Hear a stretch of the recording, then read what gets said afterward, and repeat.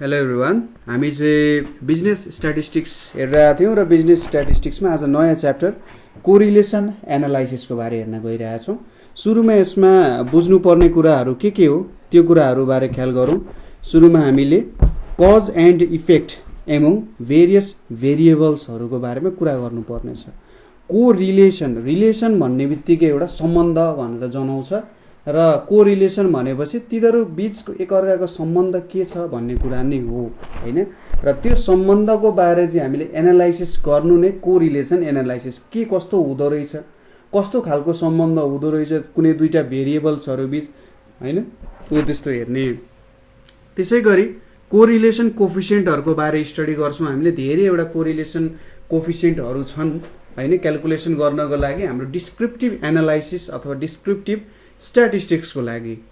त्यसपछि rank correlation कोफिसिएन्टको बारेमा बुझ्ने र कसरी र्याङ्क कोरिलेसन कोफिसिएन्ट भेट्न सकिन्छ। त्यसै गरी meaning of coefficient of determination. अब माथिको कुराहरू तपाईँहरूले पहिले पनि गर्नुभयो होला, तर यो थर्ड नम्बरदेखिको कुराहरू चाहिँ सायद नयाँ हुन सक्छ है। र्याङ्क कोरिलेसन कोफिसिएन्टहरू नभए तपाईँहरूले कार्ल पियर्सन्स कोरिलेसन कोफिसिएन्ट त मलाई लाग्छ क्लास 11-12 मा म्याथमेटिक्स पढ्नु भएको थियो भने त्यहाँनिर छ। त्यसै गरी test the significance of correlation कोफिसिएन्टको कुराहरू।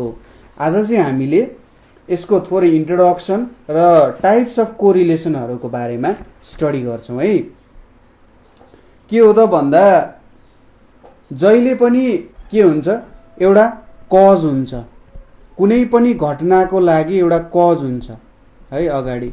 जस्तै पानी पर्नु एउटा घटना हो भने पानी पर्नको लागि के हुनुपर्छ, सुरुमा बाष्पीकरण हुनुपर्छ, इभापोरेसन भएर माथि पानी जान्छ र त्यो पानी के हुन्छ फेरि तल झर्छ हैन। So evaporation is the cause and falling of rain अथवा रेन फल चाहिँ के भयो त हाम्रो इफेक्टको कुराहरू भयो।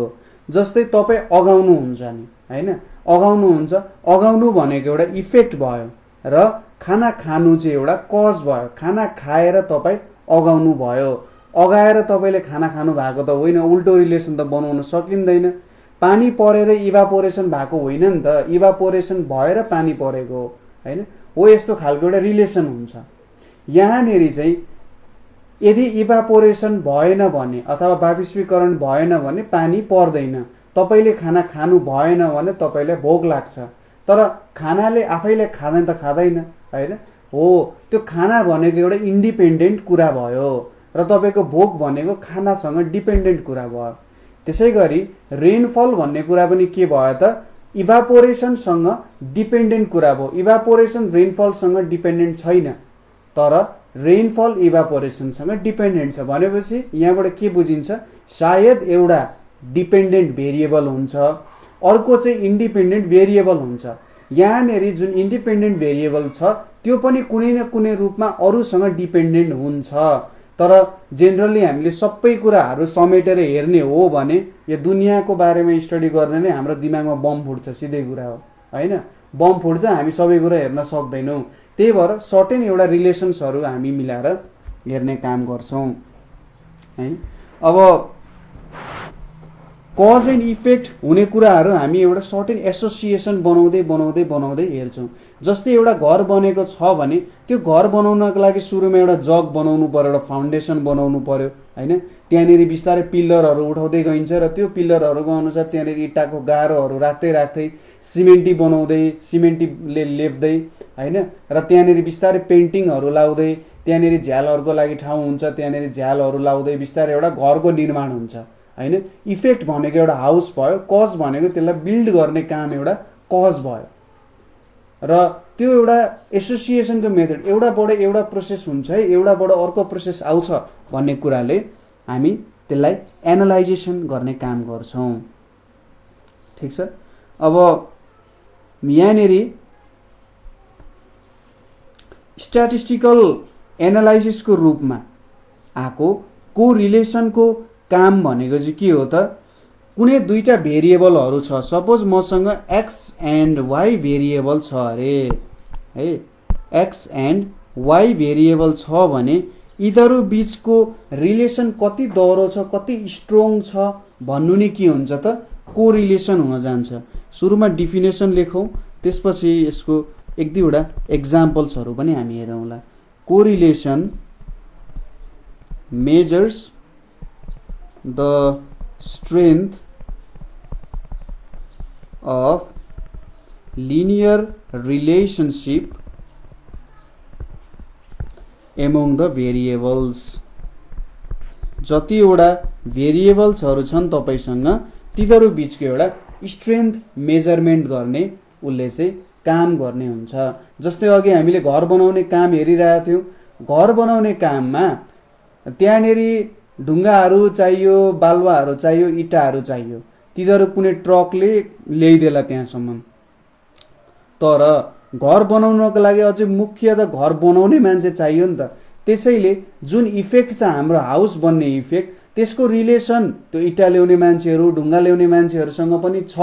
तर मेन रिलेसन भनेको जो त्यहाँ बसेर घर बनाइरहेछ त्योसँग छ main strong relation.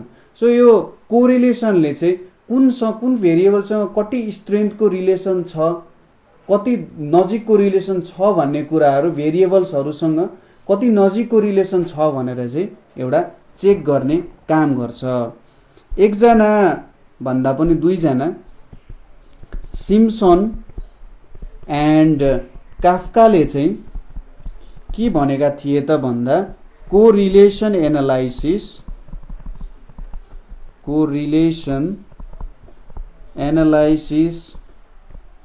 deals with association. Correlation analysis deals with association between two or more variables. दुई वा दुई भन्दा ज्यादा भेरिएबल्सहरूको बीच एउटा एसोसिएसन हेर्ने अथवा एसोसिएसन इस्टाब्लिस गर्ने कुरालाई नै के भन्छ त कोरिलेसन भनेर भन्छ। अब हामीले जस्तै कुनै प्रोडक्ट बिक्ने, जस्तै अब तपाईँले के गर्नुभयो, चाउचाउ बनाउनु भयो। त्यो चाउचाउको तपाईँले एडभर्टाइजमेन्ट गर्नुभयो भने कि एडभर्टाइजमेन्टमा र चाउचाउ बिक्री हुने दरमा बढ्छ कि के हुन्छ? एडभर्टाइजमेन्ट एन्ड सेल्समा कस्तो खालको रिलेसन छ भनेर तपाईँले हेर्नु, यो पनि एउटा कोरिलेसन इस्टाब्लिस गर्नु। त्यसै गरी स्यालेरी एन्ड तपाईँको अब क्षमता लेखेर मैले यहाँनिर क्षमता हुन्छ क्वालिफिकेसन। तपाईँको क्षमता र तपाईँको स्यालेरीमा के कस्तो रिलेसन हुन्छ? तपाईँको धेरै क्षमता छ भने के तपाईँले धेरै स्यालेरी पाउनुहुन्छ भन्ने कुरा चाहिँ मैले यहाँ क्षमता भन्दाखेरि एकाडेमिक क्वालिफिकेसन्स मात्रै भन्न खोजेँ है। तपाईँको एकाडेमिक क्वालिफिकेसन्स र स्यालेरीमा कस्तो खालको रिलेसन हुन्छ भन्ने कुराहरू पनि कोरिलेसनमा पर्छ। अब कुनै डिस्ट्रिब्युसनहरू बाइभेरिएट हुन सक्छन्। बाइभेरिएट भनेको त्यहाँनेरि more than one variate values हुन्छ।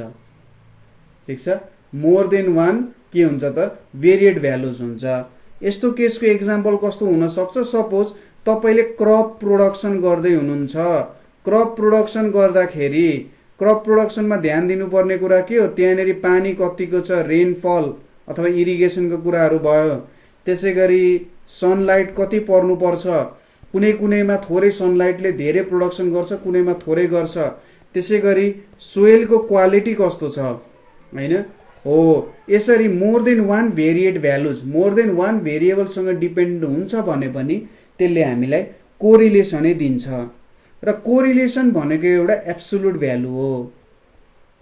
ठिक छ, कोरिलेसन भनेको एउटा एब्सोल्युट भ्यालु मेजरमेन्ट गर्छ। यसले absolute value of association measure गरे जस्तो भयो, हैन हो। कोरिलेसनको काम यो एउटा हुने भयो। यदि दुईटा भेरिएबलहरू चाहिँ धेरै रिलेटेड छन् भने तिनीहरूको के हुन्छ त हायर एउटा एसोसिएसनको फ्याक्टर भने मैले। एसोसिएसनको फ्याक्टर भनेको जोसँग धेरै स्ट्रङली रिलेटेड छ त्यहीसँग धेरै हुन्छ। जस्तै तपाईँको डिएनए र तपाईँको बुवा आमाको डिएनए एकदमै नजिक छ, हैन, तर तपाईँको र तपाईँको मामाको डिएनए पनि नजिक हुन्छ, तर आमा बुवा जतिको नजिक हुन सक्दैन, हैन। कुनै भेरिएबलसँग स्ट्रङ रिलेसन छ भने त्यहाँनेरिको एउटा एसोसिएसन फ्याक्टर पनि, कोरिलेसनको फ्याक्टर पनि स्ट्रङै हुन जान्छ, हैन। यस्तो भयो। अब हामीले हेर्छौँ टाइप्स अफ कोरिलेसनहरू, कस्तो कस्तो टाइप्स अफ कोरिलेसनहरूसँग हामीले डिल गर्नुपर्ने हुन्छ। जेनरली हामीले हेर्दाखेरि चाहिँ अब यही कोरिलेसनसँग डिल गर्ने त भन्दैनौँ होइन, तर पनि यो बुझिराख्ने इम्पोर्टेन्ट छ। पहिलो भनेको कस्तो टाइपको कोरिलेसन छ त भन्दा positive negative and zero correlation भनेर छ है।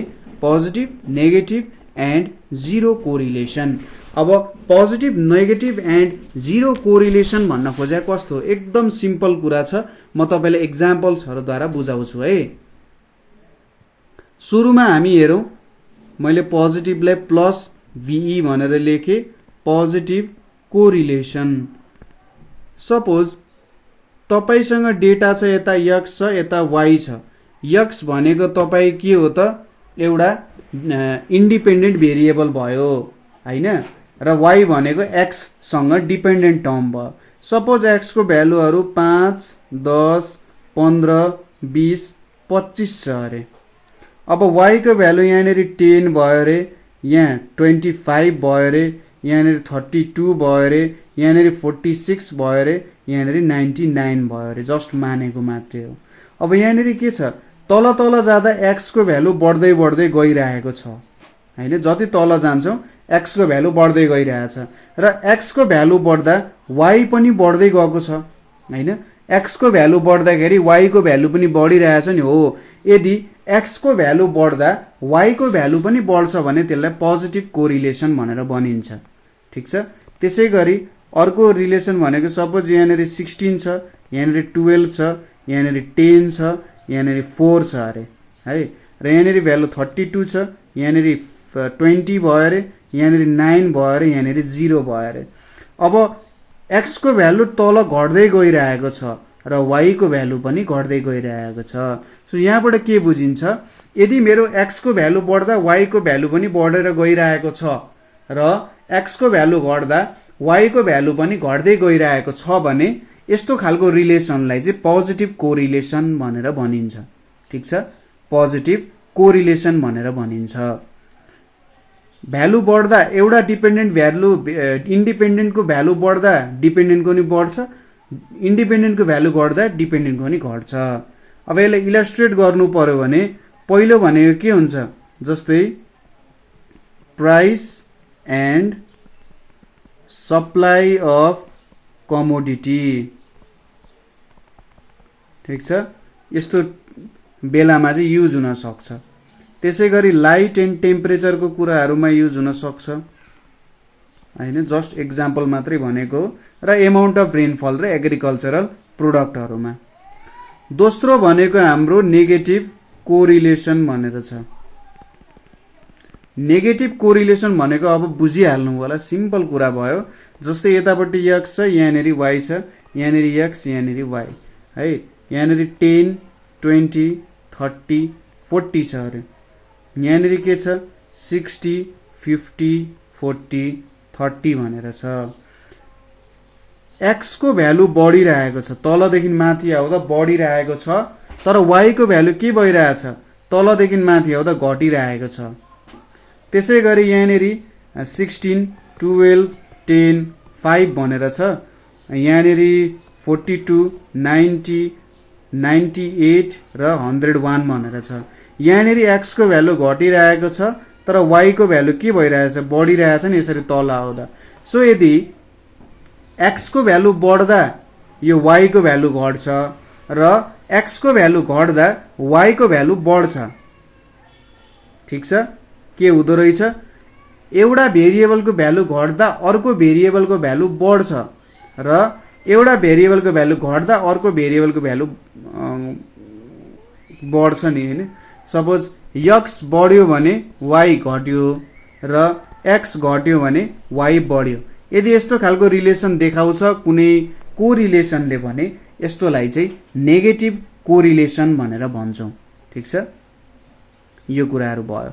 त्यसपछि आउँछ जिरो कोरिलेसनहरु। नेगेटिभ कोरिलेसन कहाँनिर युज हुन्छ भन्दा जस्तै हाम्रो उलन क्लोथ चाहिँ हाम्रो टेम्परेचर र क्लोथको उलन क्लोथको बिक्रीको हेऱ्यौँ हामीले, जस्तै जति जति टेम्परेचर ड्रप हुन्छ त्यति त्यति उलन क्लोथहरू उनीको कपडाहरूमा न्यानो कपडाहरूमा बिक्री दर बढ्छ नि त हैन। जाडोमा न्यानो कपडाहरू किन्छ मान्छेले, कसैले टी सर्ट त किन्दैन जाडोमा हत्तपत्त, अब त्यस्तै खालको बाहुबली हुनु पर्यो हैन। जाडोमा पनि टी सर्ट लाएर हिँड्न सक्ने खालको, नभए जेनरली मान्छेहरूले उलन क्लोथै किन्छन्। र गर्मीमा कसैले ज्याकेट किन्दैन हैन, गर्मीमा ज्याकेट किन्दैन टी सर्ट किन्छ नि, हो यस्तो खालको रिलेसनहरू उल्टो खालको देखाउने है।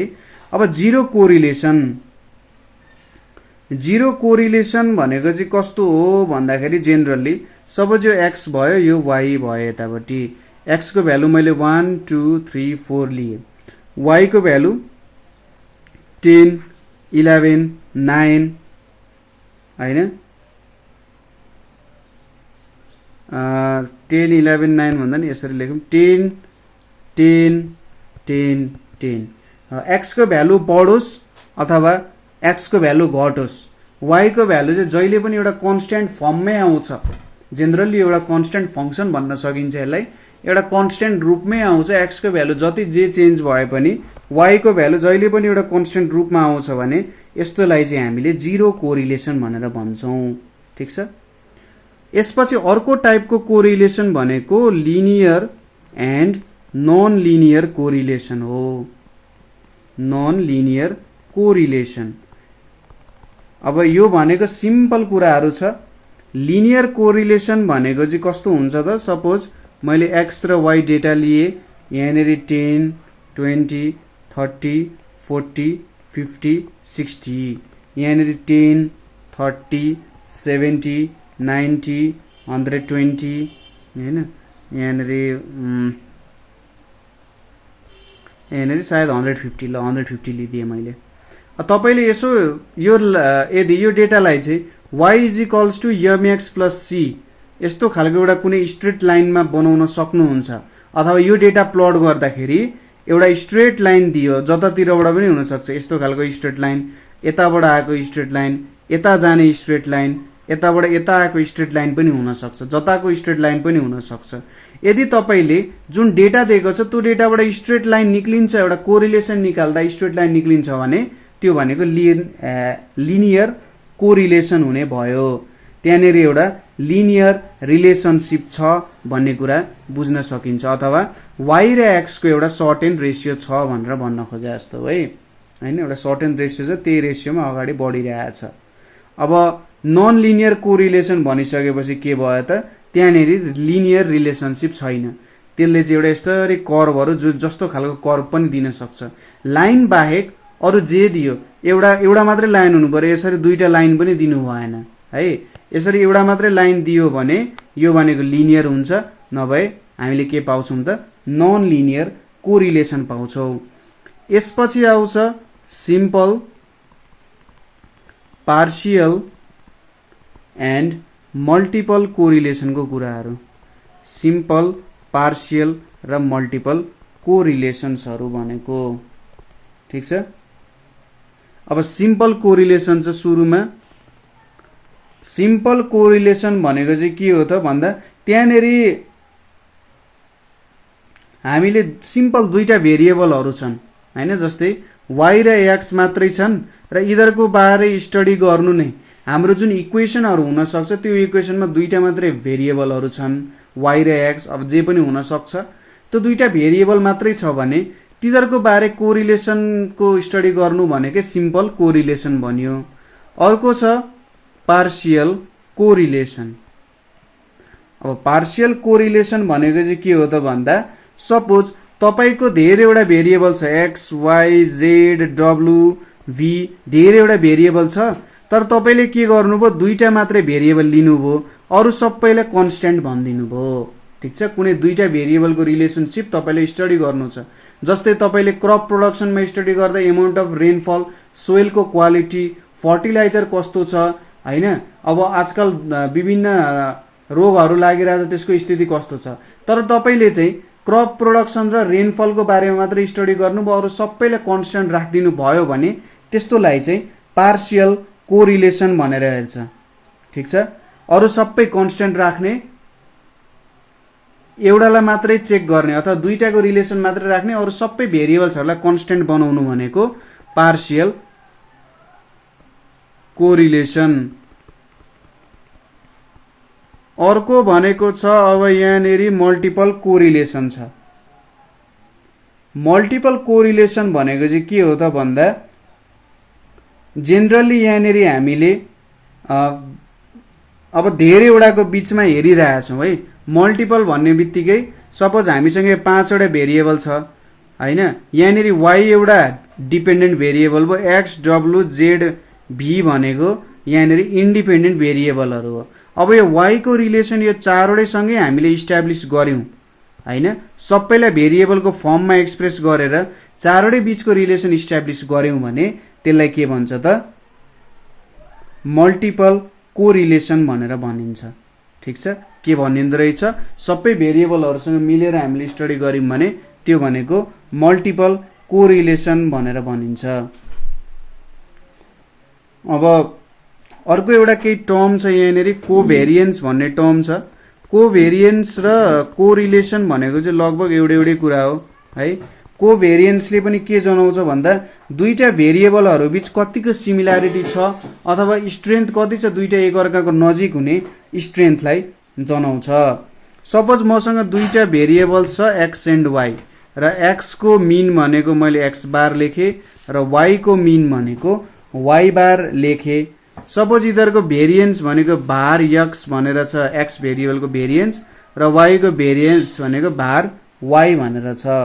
अब कोभेरिएन्स भनेको के हुन्छ, कोभेरिएन्स अफ एक्स वाई भनेको चाहिँ 1/n summation x minus x बार इन्टु y माइनस y बार भनेर चाहिँ यसरी कोभेरिएन्स लेख्ने काम गरिन्छ। ठीक छ, सो हामीले यहाँनेरि थोरै स्टडी गर्यौं यसको बारेमा। कोभेरिएन्स भनेको के हो, सरी कोरिलेसन भनेको के हो, कस्तो टाइपको कोरिलेसनहरु हुँदो रहेछ हैन, र त्यसैगरी कोभेरिएन्स र कोरिलेसनको सिम्पल रिलेसन हेरौं। यसको बारेमा हामी पछि डिस्कस गरिहाल्छौं, किनभने जब हामीले Karl Pearson's coefficient of correlation भनेर हेर्छौं त्यहाँनेरि कोभेरिएन्सको कुराहरु आउँछ है। त्यतिबेला हामी अलिकति डिटेलली हेरौँला के रहेछ भनेर।